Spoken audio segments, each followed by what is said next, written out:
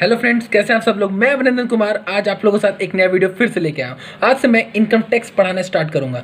Income tax उन लोगों का सब्जेक्ट जो लोग बीकॉम कर रहे हैं, यानी bachelor of commerce. So guys, आप लोग परेशान मत होइए। कुछ लोग कहते हैं ना इनकम टैक्स बहुत टफ होता है, कहते हैं नहीं कर पाएंगे। सो मैं कहता हूँ हाँ कर लेंगे, क्योंकि डेडिकेशन रखना बहुत जरूरी है भाई। जिद रखो कि हाँ मैं कर सकता हूँ। मैं आपको इस सब्जेक्ट के सारे लेक्चर्स आपको इस वीडियो के थ्रू, कई सारे वीडियोस के थ्रू आपको डेली आपको करूँगा। उस डेली बेसिस के थ्रू अपना रूटीन बनाइए और उस लेक्चर्स को देखिए, उसको प्रॉपर वेल मेंटेन तरीके से नोट्स बनाइए और उस नोट्स को बना के उसको रिवाइज करते रहिए, क्योंकि जब लॉकडाउन खुलेगा ना तो आप लोग देखिए फुल कॉन्फिडेंट के साथ अपना स्टडी को कंटिन्यू रखेंगे और आप प्रॉब्लम नहीं होगा। समझे? बस अपना इस लेक्चर्स को देखते रहिए और रिवाइज करते रहिए, ठीक है। मैं आपको अच्छे से इस लेक्चर्स को प्रोवाइड करूंगा, ठीक है। चलिए तो अपना स्टार्ट करते हैं, लेकिन स्टार्ट करने से पहले आपको चीज़ बता, डेडिकेशन रखना बहुत जरूरी है। डेडिकेशन यानी लगन, पूरे लगन से मेहनत करिए। ऐसा नहीं कि लॉकडाउन हो गया तो अपने माइंड को लॉकडाउन करिए। माइंड को लॉकडाउन मत करिए, अरे यार आज नहीं तो कल मरना है, लेकिन ऐसा करके मत पूरी दुनिया याद रखे। मेहनत करो, कंटिन्यू रखो। अपने जितना तुम लोग कहते थे ना भगवान मुझे टाइम मिल जाए कि मैं अपने आप को इम्प्रूव करूंगा, ये करूंगा। यार टाइम मिल गया, अपने टाइम को यूटिलाइज करो, एक सही जगह उसे इन्वेस्ट करो, आगे बढ़ो, मेहनत करो, रुको मत। बाकी अदर सब्जेक्ट वाले कृपया आप लोग अच्छे से कंटिन्यू अपने आप को, अपने कमियों को दूर रखें और मेहनत करें और आगे बढ़ें और सबको आगे बढ़ाएं। जो लोग आगे नहीं बढ़ रहे उन लोगों को भी समझाइए, कंटिन्यू समझाइए, ठीक है। सो चलिए अपना इनकम टैक्स अपना पढ़ना स्टार्ट करते हैं। आइए तो हम लोग स्टार्ट करते हैं इनकम टैक्स। सबसे पहले हम लोग जान लेते हैं कि इनकम टैक्स होता क्या है। इनकम टैक्स मीन्स आयकर, यानी कि अगर कोई आम आदमी इनकम अपना अर्न करता है तो गवर्नमेंट उस पर इनकम टैक्स चार्ज करती है। सो हम लोग वही जानेंगे कैसे इनकम टैक्स चार्ज होता है, क्या क्या रेट होते हैं और उसके कैसे प्रोसीजर्स हैं, पॉलिसीज़ क्या हैं। चलिए हम लोग स्टार्ट करते हैं। सबसे पहले मैं आप लोगों को इनकम टैक्स का सिलेबस बता दूं कि कितने सारे प्रैक्टिकल्स हैं जिसको हम लोग न्यूमेरिकल के थ्रू सॉल्व करेंगे और कितने थ्योरेटिकल कॉन्सेप्ट्स हैं। तो सबसे पहले हम लोग जानेंगे सिलेबस।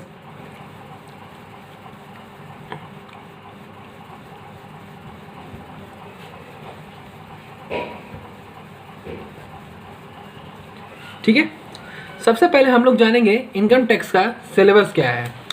उसके अकॉर्डिंग हम लोग चलेंगे सिस्टमेटिक वे पे और अगेन आगे हम लोग चल के इसको सॉल्व भी करेंगे, ठीक है।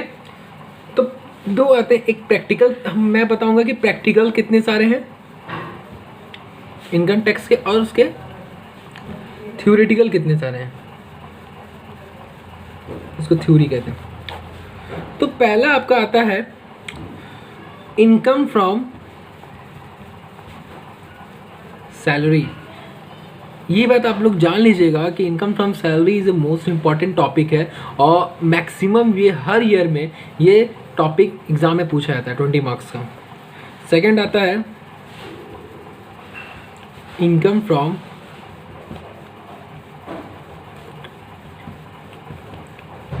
House property. ये भी इम्पॉर्टेंट टॉपिक है, देखिए ये कम ईयर में पूछा गया है, या तो इसके थ्योरीज ही आते हैं, लेकिन हम लोग सब पढ़ेंगे। Income from business and profession, मैं आपको सिस्टमेटिक वे में बता रहा हूँ।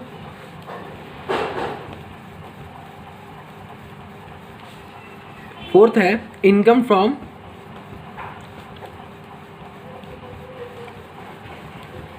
Capital and gain.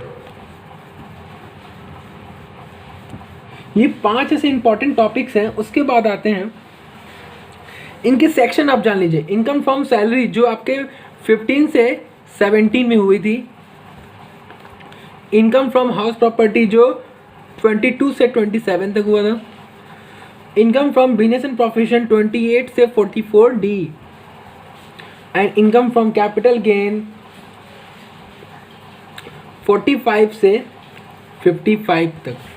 और एक और इम्पॉर्टेंट टॉपिक, ये 5 हेड्स जो होते हैं ये इनकम टैक्स के मेन हेड माने जाते हैं।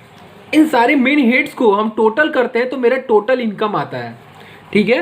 पांचवा है इनकम फ्रॉम अदर सोर्सेस।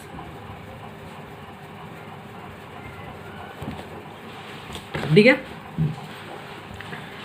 इसको अच्छे से आप लोग नोट्स कर लीजिए। आप लोग अपना प्रॉपर अपना नोट्स बनाते रहिए और जैसे कि आप लोगों का अभी एग्ज़ाम भी बाकी होगा, तो आप लोग पहले एग्ज़ाम की प्रिपेयर करते रहिए। बाकी जो आपका रिमेनिंग टाइम हो, उस रिमेनिंग टाइम में आप लोग अपना ये नोट्स बनाते रहिए, जिससे आप लोग का टाइम यूटिलाइजेशन होगा। जो समय आपका बाकी बच जाने के बाद इधर उधर चला जाता है, फालतू वेस्ट हो जाता है, उस समय को एक सही जगह लगाइए कि आने वाले समय के लिए आपके लिए मतलब सही यूटिलाइजेशन हो जाए।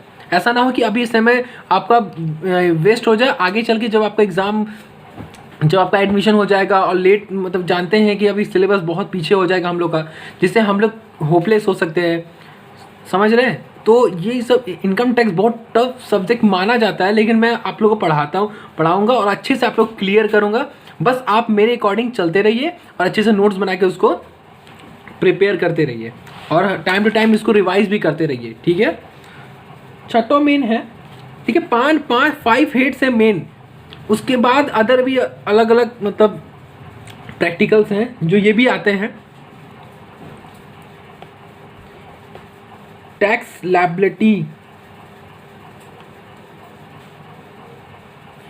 Liabilities of a individual,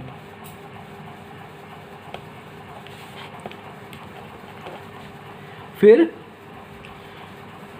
tax liability of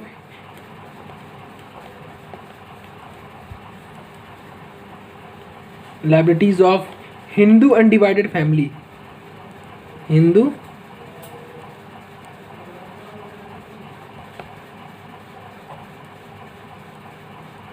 family, ठीक है।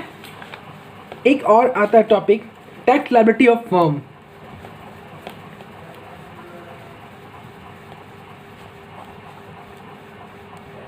ये आपके मेन प्रैक्टिकल के टॉपिक्स हैं जिनको हम लोग अच्छे से पढ़ेंगे, और अधिकतर ये सब सारे टॉपिक्स एग्जाम में आते हैं। कुछ सालों से इंडिविजुअल और Hindu undivided family of firm ज़्यादातर पूछे जा रहे हैं, ठीक है। और ज़्यादा सैलरी पूछी जाती है, कैपिटल गेन पूछी जाती है। Business and profession, house properties और अदर सोर्सेज के कम चांसेस होते हैं। लेकिन अगर इंडिविजुअल पूछ दिया या फिर आपका HUF, इसको HUF शॉर्ट में कहते हैं, हिंदू अनडिवाइडेड फैमिली और फर्म पूछ दिया, तो इसमें हमें कंबाइन करके देना पड़ता है। यानी कि हमें सब पाँचों, ये पाँचों हेड हमें पढ़ने पड़ेंगे। ये पाँचों हेड, ये और ये पाँचों हेड,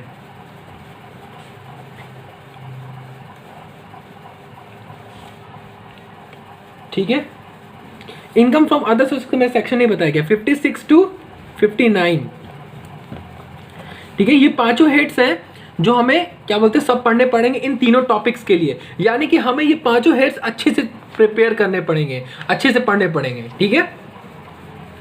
लेकिन ऐसे इंडिविजुअली 20 मार्क्स का क्वेश्चन सैलरी का और कैपिटल गेन का मैक्सिमम पूछ देते हैं, ठीक है। अब बाकी ये तो आएगा ही, Hindu individual, Hindu undivided family of firm. अगर ये तीनों अगर पूछ दिए तो इन चारों पांचों हेड्स को हम लोग अच्छे से पढ़ने पड़ेंगे, ठीक है। हालांकि इंडिविजुअल में पांचों हेड्स पढ़ने पड़ते हैं, HUF फर्म के लिए हमें 4 हेड्स पढ़ने पड़ते हैं, ठीक है। चलिए, तो हम लोग अपना आगे प्रिपेयर करना स्टार्ट करते हैं। तो ये हमारे प्रैक्टिकल हो गए। अब आते हैं थ्योरी के पार्ट्स। थ्योरी के पार्ट्स कितने सारे भैया, चलो वो भी देख लेते हैं हम लोग। थ्योरी,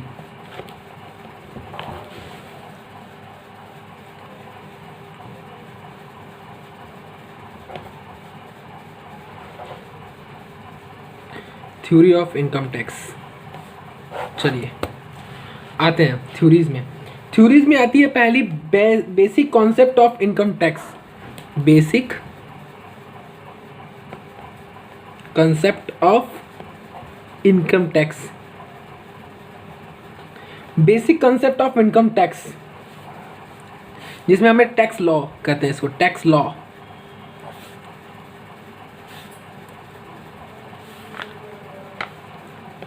दूसरा आता है रेसिडेंशियल स्टेटस।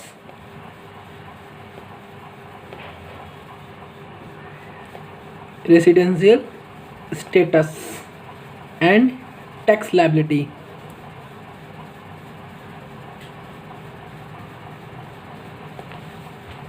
तीसरा आता है exempted income. Exempted income,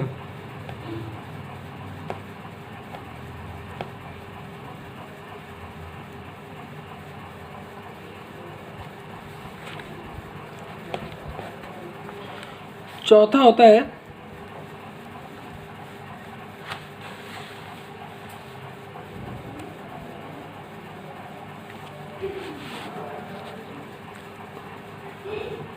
advance payment of tax.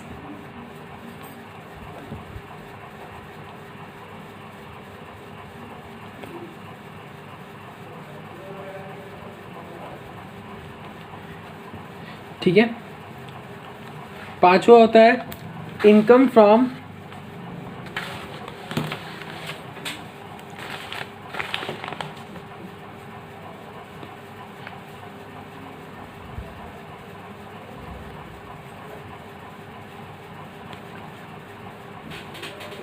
Income tax authority, income tax authority and their power,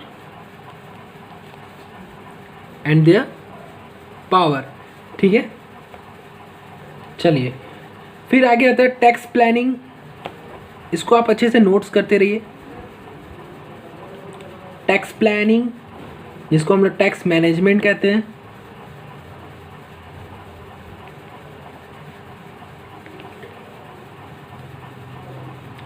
फिर आता है set of and carry forward, set of and carry forward of losses. आठवां आता है procedure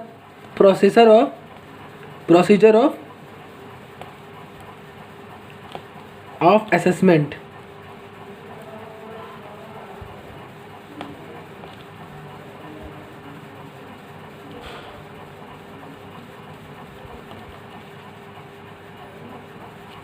ठीक है, ये आपके थ्योरी के पार्ट्स होते हैं और ये आपके प्रैक्टिकल के पार्ट्स होते हैं। ठीक है, ये आपके मेन 5 हेड्स हैं। Income from salary, income from house property. Income from salary section 15 to 17 में हुआ था। Income from house property section 22 to 27 में हुआ था। Income from business and profession 28 से 44 डी में हुआ था। इनकम फ्रॉम कैपिटल गेन 45 से 55 में हुआ था। Income from other sources 56 to 59 में हुआ था। Tax liability of individual, tax liability of Hindu undivided family और टैक्स लायबिलिटी ऑफ फर्म, ये तीनों जो चैप्टर्स है, इन चैप्टर्स में जैसे इंडिविजुअल देखिए, तो इंडिविजुअल जो है यानी कि टोटल इनकम मुझे निकालना पड़ेगा, यानी पांचों जितने हेड्स हैं सबको टोटल करेंगे तब मेरा इंडिविजुअल आएगा। टोटल इसको इनकम कहते हैं। फिर अगर हिंदू अनडिवाइडेड फैमिली का मुझे निकालना पड़ेगा तो उसमें 4 हेड्स लेंगे सैलरी को छोड़ के। फर्म के लिए भी 4 हेड्स लेंगे सैलरी को छोड़ के, यानी कि इन पांचों हेड्स मोस्ट इंपॉर्टेंट है इनकम टैक्स के।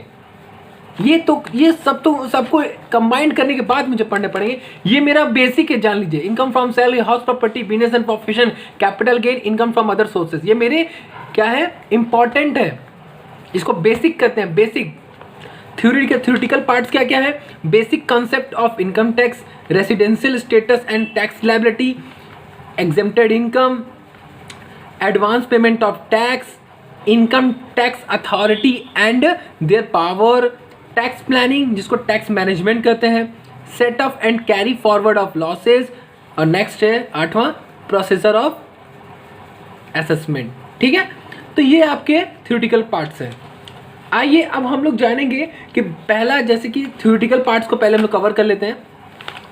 लेकिन थ्योरेटिकल पार्ट्स में मैं आपको कुछ ऐसे बता दूं कि थ्योरेटिकल पार्ट्स में basic concept of income tax मुझे जानना बहुत ज़रूरी है।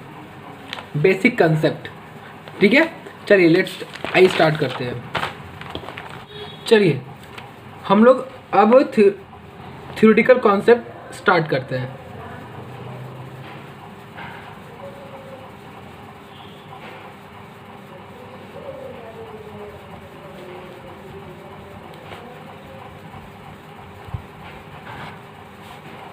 Concept of income tax. जिसमें पहला आता है हमारा बेसिक कंसेप्ट। क्या आता है? Basic concept of tax law. Concept क्या है, बेसिक कंसेप्ट क्या है? देखिए जान जाइए, टैक्स हमारे दो तरह के होते हैं। एक होता है डायरेक्ट टैक्स और एक होता है हमारा इनडायरेक्ट टैक्स।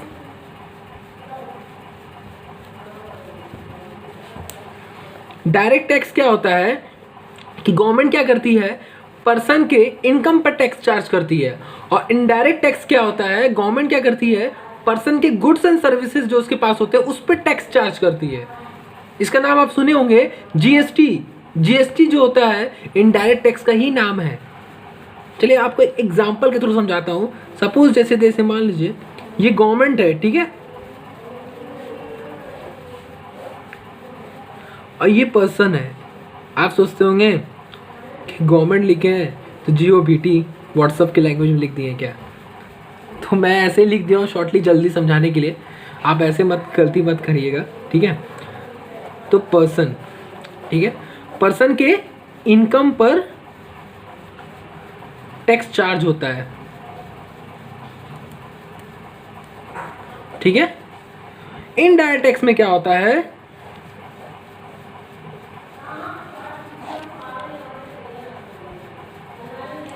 गवर्नमेंट क्या करती है, पर्सन के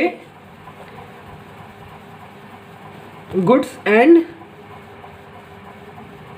सर्विसेज पे टैक्स चार्ज करती है। Got it?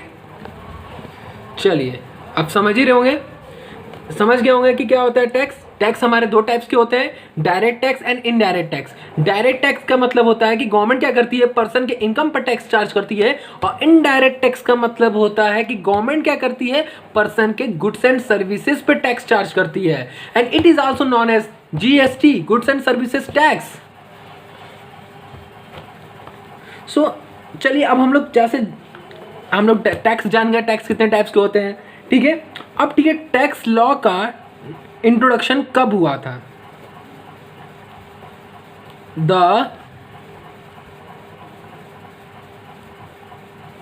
The introduction of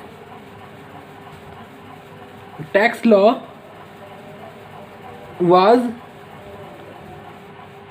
defined in section 1 of the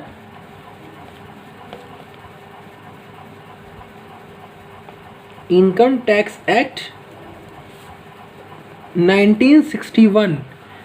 Got it?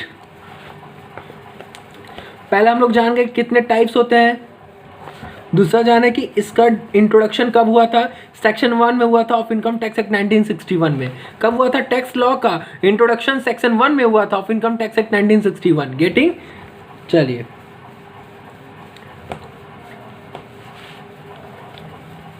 इसको पहला कर दीजिए, आपको हम अच्छे से इसको समझा देते लेक्चर के थ्रू, टाइप्स वाला, ठीक है। ये पहला टाइप्स हो गया। दूसरा टाइप्स आपका होता है, दूसरा होता है आपका types of tax. Types of tax, ठीक है। देखिए टाइप्स ऑफ टैक्स, टैक्स हमारे दो टाइप्स के होते हैं। टैक्स हमारे दो टाइप्स के होते हैं, एक होते हैं डायरेक्ट टैक्स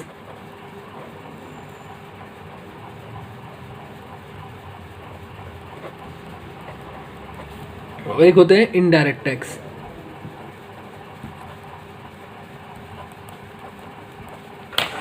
चलिए ठीक है,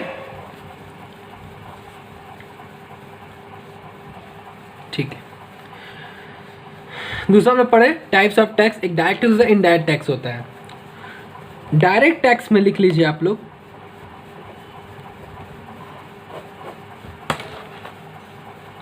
डायरेक्ट टैक्स में आप लोग लिख लीजिए, पहले सब अच्छे से नोट्स कर लिए हैं आप लोग ये सब, ठीक है। डायरेक्ट टैक्स में लिख लीजिए the tax which is chargeable on income of the person, the tax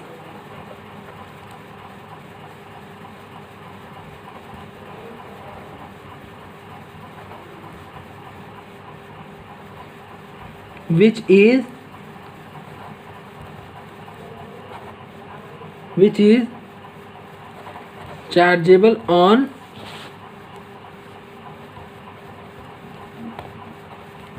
income of the person is called as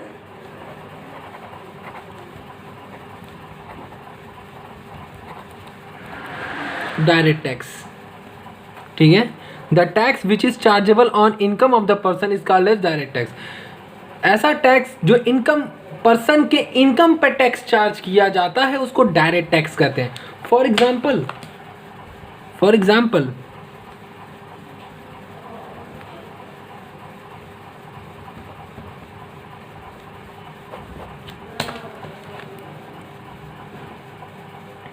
income tax जानते हैं, जो हम लोग इनकम टैक्स पढ़ेंगे वो हम लोग एक तरह से हम लोग डायरेक्ट टैक्स को पढ़ेंगे, क्योंकि हम लोग जीएसटी ऑलरेडी पढ़ चुके हैं, इनडायरेक्ट टैक्स पढ़ चुके हैं। तो हम लोग ये जो सब्जेक्ट पढ़ रहे हैं ये इनकम टैक्स है, यानी it is a part of direct tax. ठीक है, तो डायरेक्ट टैक्स में क्या आता है? इनकम टैक्स आता है,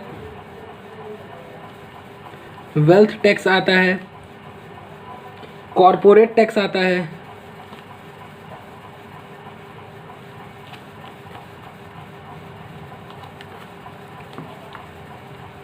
कैपिटल गेन टैक्स आता है,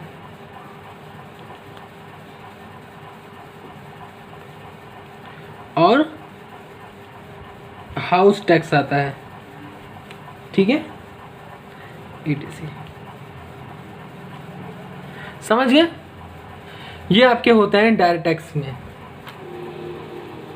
अब इनडायरेक्ट टैक्स क्या होता है उसको हम लोग जान लेंगे।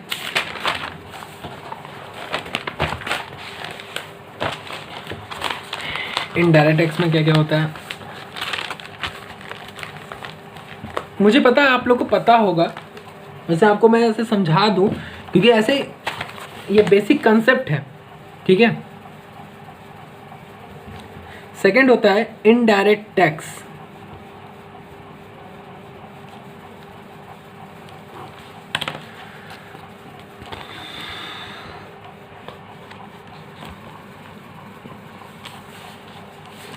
इनडायरेक्ट टैक्स में the tax which is chargeable on, the tax which is chargeable on, बोलिए क्या होगा? The tax which is chargeable on goods and services, the tax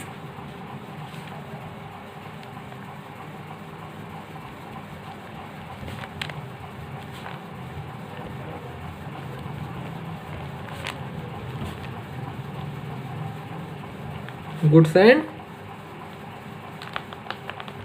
services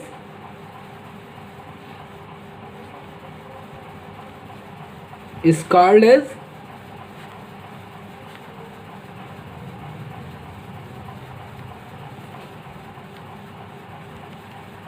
indirect tax. ठीक है, सेकेंड पॉइंट तो आप जानते ही होंगे कि इसको हम लोग जीएसटी भी कहते हैं, तो उसको भी आप लोग लिख लीजिए। ठीक है,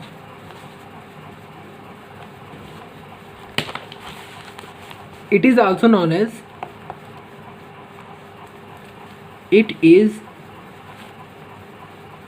also known as GST। ठीक है, इसको GST भी कहते हैं। फॉर एग्जाम्पल इनडायरेक्ट टैक्स में क्या क्या आते हैं? For example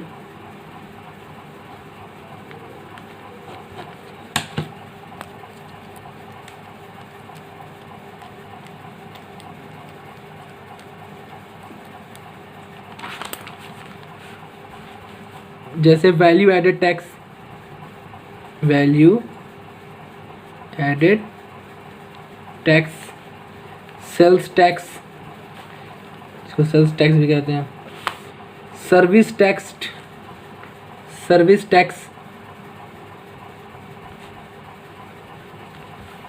entry tax, production tax,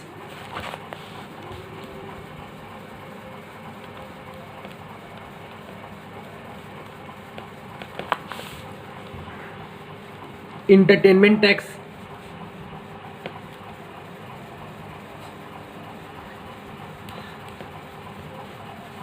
entertainment tax, luxury tax, tax हो गया। अब उसके बाद आता है आपका advertisement tax.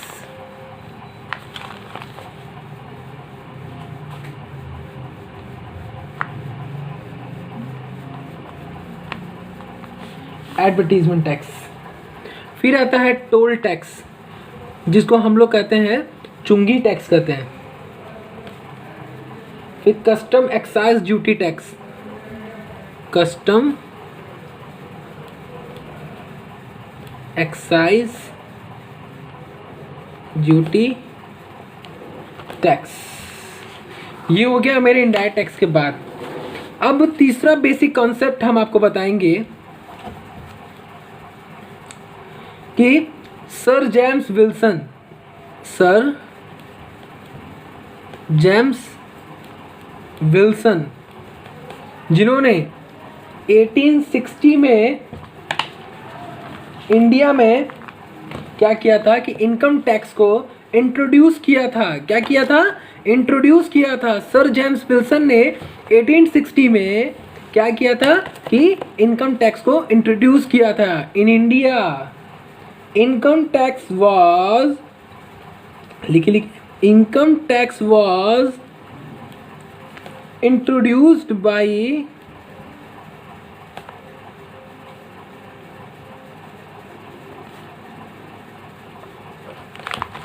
Sir James Wilson, sir James Wilson in 1860 in India, in India में।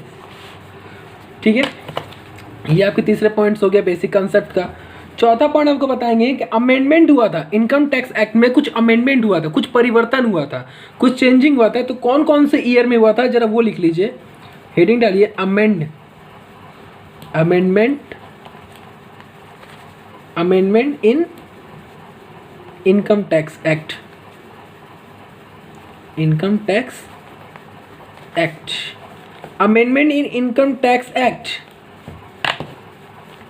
देखिए अब कब हुआ था, 1860 में हुआ था, 1888 में हुआ था,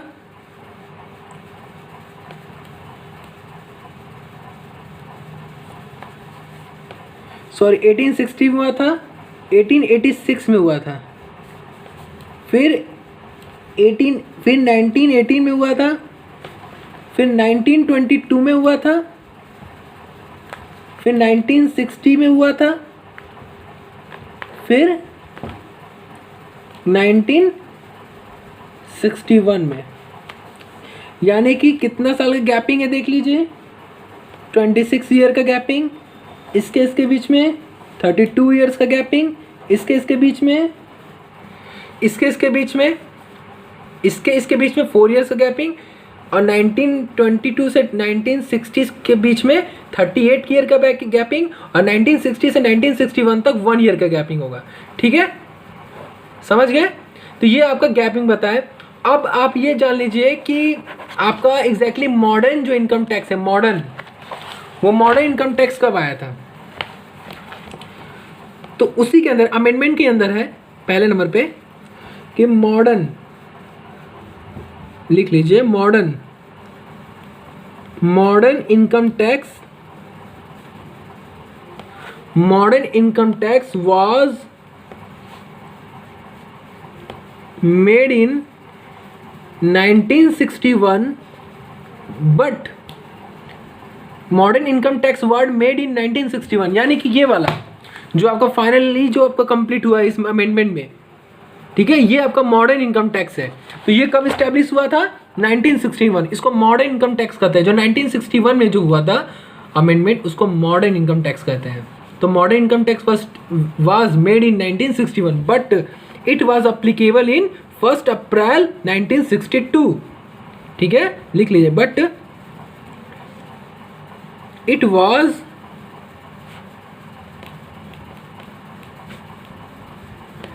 applicable from 1 अप्रैल 1962। ठीक है, ये था आपका। उसके बाद एक चीज़ और, जो आपका ये टैक्स का जो रेट है वो कौन डिटरमाइन किया था? Finance minister. ठीक है, the rate of tax the rate of tax are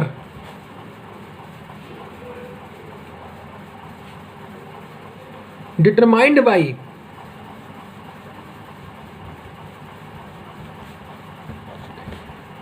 finance minister।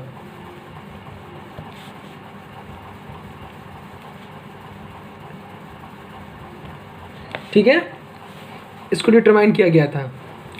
और आपको मैंने बताया था ना कि जो इंडिया में जो प्रोग्रेसिव रेट टैक्स है वो अप्लीकेबल जो होता है, कितने कितने परसेंट अप्लीकेबल होते हैं? 5%, 20%, 30%। तो इसको भी लिख लीजिए कि इन इंडिया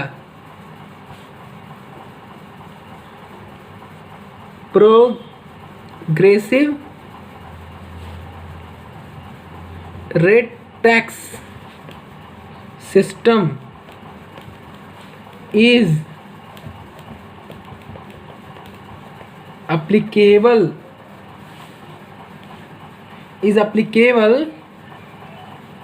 5%, 20% and 30%। गेटिंग? इतने रेट्स अप्लीकेबल होते हैं, बट ऐसा नहीं है कि हर एक सिचुएशन में कहीं किसी भी सोर्स के थ्रू इनकम अगर हम जनरेट होता है, मेरा इनकम अर्न होता है, तो सब में ये रेट्स अप्लीकेबल होगा। सबके अलग अलग सिचुएशन होते हैं जिसके अकॉर्डिंग अलग अलग रेट क्या होते हैं, उसमें चार्जेस होते हैं गवर्नमेंट के थ्रू। ठीक है, तो वही उसी सारी चीज़ों को हम लोग पढ़ेंगे। ठीक है, तो आइए अब हम लोग पढ़ते हैं कि जो हमारे बेसिक कंसेप्ट इनकम टैक्स के थे उसके कितने सारे सेक्शंस हैं। सेक्शंस हम लोग पढ़ेंगे। ठीक है, sections, basic concept of income tax के सेक्शंस। सेक्शन ऑफ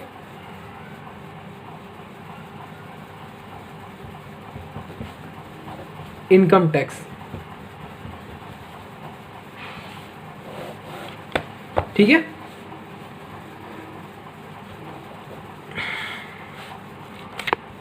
इसको दो पार्ट्स में, दो कॉलम में बांट लीजिए।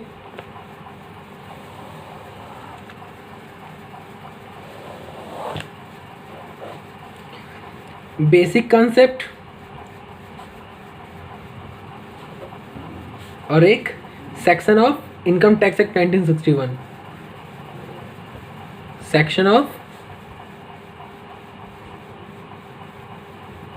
Income tax act 1961। ठीक है, ये आपके हैं।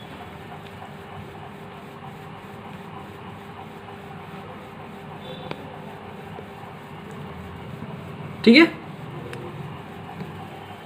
तो पहला है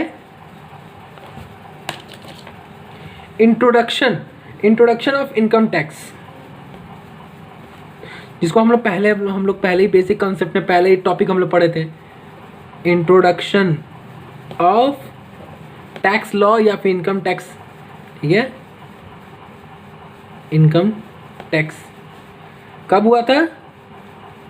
सेक्शन 1 में हुआ था।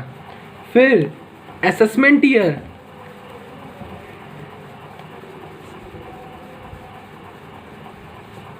असेसमेंट ईयर कौन सेक्शन में डिफाइन हुआ था? Section 2 clause 9। गेटिंग? 2 क्लॉज 9। इसमें भी नंबरिंग करते चले। एसएससी, जिसको हम लोग क्या कहते हैं? टैक्स पे ही कहते हैं, जो टैक्स पे करता है, the person who is liable to pay the tax. Got it? चलिए,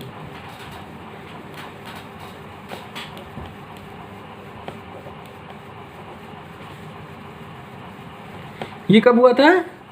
सेक्शन 2 क्लॉज 7, ठीक है। फिर अगेन प्रीवियस ईयर,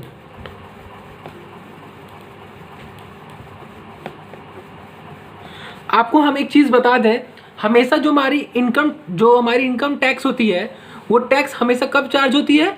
जिस ईयर में आपका इनकम अर्न हुआ उसके नेक्स्ट ईयर में वो हमारी टैक्स चार्ज होती है, ठीक है।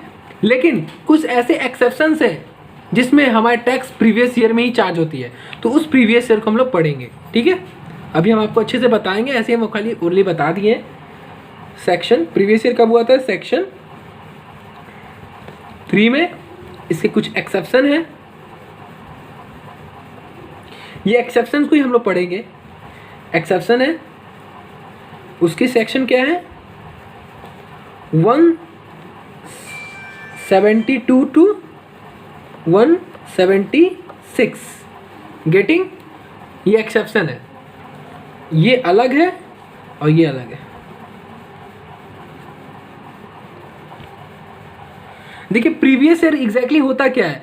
The year in which income are earn, जिस ईयर में हम इनकम अर्न करते हैं उसको हम लोग प्रीवियस ईयर कहते हैं। और उसके करेंट ईयर यानी नेक्स्ट ईयर में हमारा क्या होता है? टैक्स चार्ज होता है। ये ऑब्वियसली आप लोग जानते होंगे, नहीं जानते हो तो आप जान जाइए कि हमारा जो इनकम होता है वो जिस ईयर में इनकम अर्न होता है उसको हम लोग प्रीवियस ईयर कहते हैं। जिस ईयर में हम लोग इनकम अर्न करते हैं उसको हम लोग प्रीवियस ईयर कहते हैं। और उसके अगले ईयर में क्या होता है? टैक्स चार्ज होता है। लेकिन वो तो हम समझ गए उसको प्रीवियस ईयर कहते हैं, वो सेक्शन 3 में हुआ था। लेकिन कुछ ऐसे एक्सेप्शन हैं कि जिसमें क्या होता है कि प्रीवियस ईयर में ही टैक्स चार्ज होता है, ठीक है। हालांकि टैक्स कब चार्ज होता है? प्रीवियस ईयर के नेक्स्ट ईयर में, ठीक है, उसमें टैक्स चार्ज है। लेकिन कुछ ऐसे एक्सेप्शन है कि प्रीवियस ईयर में ही टैक्स चार्ज हो जाता है, ठीक है। तो उसी चीज़ को हम लोग पढ़ेंगे, हम उसको अच्छे से आपको डीपली ओरली बताएंगे आपको। पहले आप ऐसे आप लोग लिख लीजिए अच्छे से, पहले आप लोग नोट्स बनाना स्टार्ट कर दीजिए, ठीक है। फिर पांचवा आपका आता है टैक्सेबल इनकम। टैक्सेबल इनकम जो मेरा हुआ था वो कब हुआ था? सेक्शन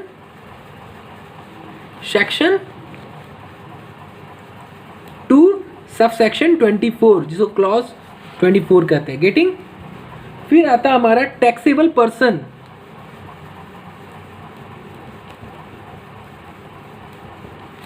टैक्सेबल पर्सन, देखिए हर ईयर क्या होता है कि इनकम टैक्स में कुछ ना कुछ अमेंडमेंट होता है। तो मैं आपको भी सारे अमेंडमेंट के अकॉर्डिंग ही आपको मैं क्या करूंगा? सारे लेक्चर्स प्रोवाइड करूंगा, ठीक है, डोंट वरी। टैक्सेबल पर्सन कब हुआ था? सेक्शन 231, ठीक है। फिर कैजुअल इनकम कब हुआ था? कैजुअल इनकम उसके सेक्शन में हुआ था डिवाइन? कैजुअल इनकम सेक्शन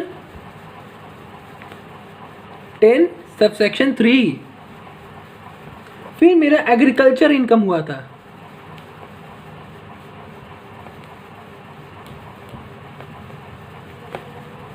किस सेक्शन में हुआ था?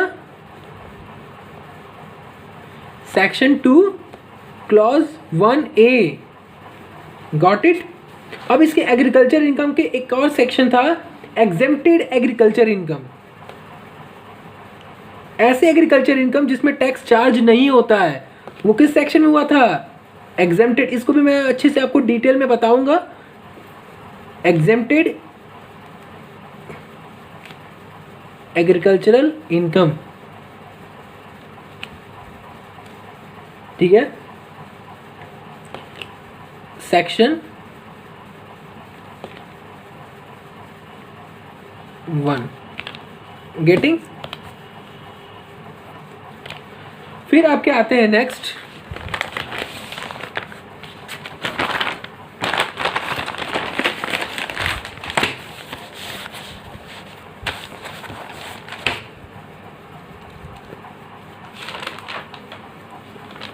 आते हैं, फिर से मैं अपना लंबा लाइन ड्रॉ कर दूं, नेक्स्ट पेज है ना, ठीक है। 9वां पॉइंट था ग्रॉस टोटल इनकम, जिसको कहते हैं हम लोग GTI, gross total income.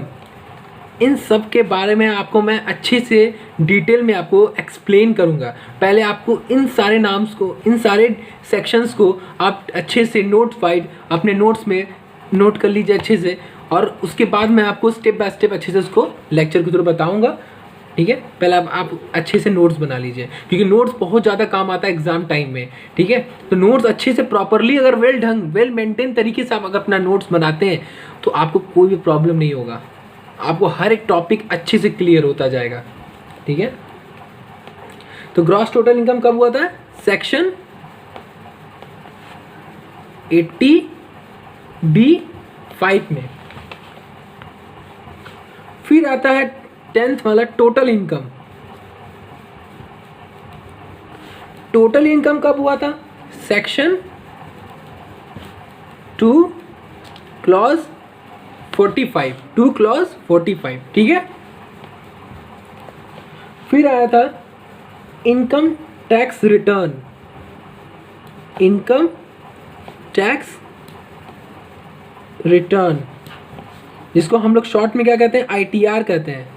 ITR main यही होता है, जो लोग टैक्स पे करते हैं ना, तो उनको एक फॉर्म दिया जाता है जिसका नाम होता है ITR, इनकम टैक्स रिटर्न, जिसको वो फिलअप करके उसके बाद वो सबमिट करते हैं, उसके बाद वो टैक्स को पे करते हैं।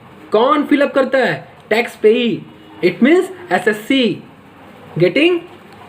चलिए, ये किस सेक्शन में हुआ था? सेक्शन 139। चलिए मैं आपको एक चीज़ और बता दूं कि सेक्शन 139A में आपका हुआ था पैन कार्ड का डिफाइन हुआ था। पैन कार्ड डिफाइन हुआ था, पैन कार्ड। ठीक है, पैन परमानेंट अकाउंट नंबर जो होता है वो किस सेक्शन में डिफाइन हुआ था? सेक्शन 139। इसको ऐसे लिख लीजिए ब्रैकेट में, एक अपने नॉलेज के लिए। ठीक है, फिर आता है TDS। TDS के डिफिनेशन तो फुल फॉर्म मैक्सिमम स्टूडेंट मेरे जानते होंगे। Tax deduction at sources. Tax deduction at sources. Tax deduction at sources वो किस सेक्शन में हुआ था? Section 192 to 196D। फिर उसके बाद स्टैंडर्ड डिडक्शन हुआ था। स्टैंडर्ड डिडक्शन आपको एक शॉर्टली इसके बारे में कुछ छोटा सा डिफाइन कर देता हूँ। स्टैंडर्ड डिडक्शन मीन्स क्या होता है पता है? जब आप लोग टैक्स पे करते हैं ना, जब हम लोग यानी जो लोग इनकम अर्न करते हैं उन लोग जो टैक्स पे करते हैं तो उनको सरकार ना डिडक्शन देती है, छूट देती है। जैसे सपोज आप मान लीजिए कि आपका 1 लाख का टोटल इनकम है। ठीक है, तो 1 लाख पे अगर हम मान लीजिए कि 20% अगर हम मान लीजिए, सपोज एग्जाम्पल है कि मान लीजिए 1 लाख का आपका इनकम है। ठीक है, एनुअली, जिसमें क्या होता है कि 20% टैक्स चार्ज करना, गवर्नमेंट बोली 20% टैक्स चार्ज करना है, तो 20% लगाएंगे तो कितना होगा? 20,000 होगा, यानी आपको 20,000 पे करना पड़ेगा। बट मान लीजिए गवर्नमेंट ने क्या किया, 1 लाख में आपको क्या किया? 20,000 का डिडक्शन दे दिया, बोला कि 20,000 पे आप टैक्स मत पे करना। तो अब आपको कितने अमाउंट में टैक्स पे करना पड़ेगा? 80,000 पे। तो 80,000 पे जब 20% जब चार्ज करेंगे तो आई थिंक 16,000 आएगा। ठीक है, तो 16,000 आप टैक्स पे करेंगे, यानी 4,000 का आपको छूट मिल गया। ये डिडक्शन जो छूट मिलता है इसी को हम लोग स्टैंडर्ड डिडक्शन कहते हैं। ये कई सारे इनकम में हमारे डिडक्शन मिलेंगे, सैलरी हो, चाहे हाउस प्रॉपर्टी हो, चाहे बिजनेस एंड प्रोफेशन हो, चाहे कैपिटल गेन हो, चाहे इनकम फ्रॉम अदर सोर्सेज हो। ठीक है, चाहे फर्म हो, चाहे इंडिविजुअल टोटल इनकम हो, चाहे आपका हिंदू अनडिवाइडेड फैमिली हो। ठीक है, सब में आपके डिडक्शन मिलेंगे। ठीक है, सेक्शन वाइज। ठीक है, तो स्टैंडर्ड डिडक्शन किस सेक्शन में हुआ था? Section 80C to 80U। ये मेन टॉपिक है, आप लोग ध्यान दीजिएगा, ये मेन टॉपिक है जिसको हम लोग फाइनली सारे इनकम को, सैलरी, हाउस प्रॉपर्टी, ठीक है, business and profession, capital gain, income from other sources, सारे इनकम को ऐड करने के बाद, टोटल जोड़ने के बाद, उसके बाद हम उसमें से डिडक्शन माइनस करेंगे, जिसको कहते हैं 80C से 80U, standard deduction under section 80C से 80U। ठीक है, इसको हम लोग उसके बाद उसमें माइनस करेंगे। तो आज का लेक्चर बस यहीं तक है। आगे नेक्स्ट डे में आपको मैं अगले टॉपिक को क्लियर करूँगा अच्छे लेक्चर्स के साथ, तो आप लोग बने रहिए। तो bye, good luck, next day मिलते हैं।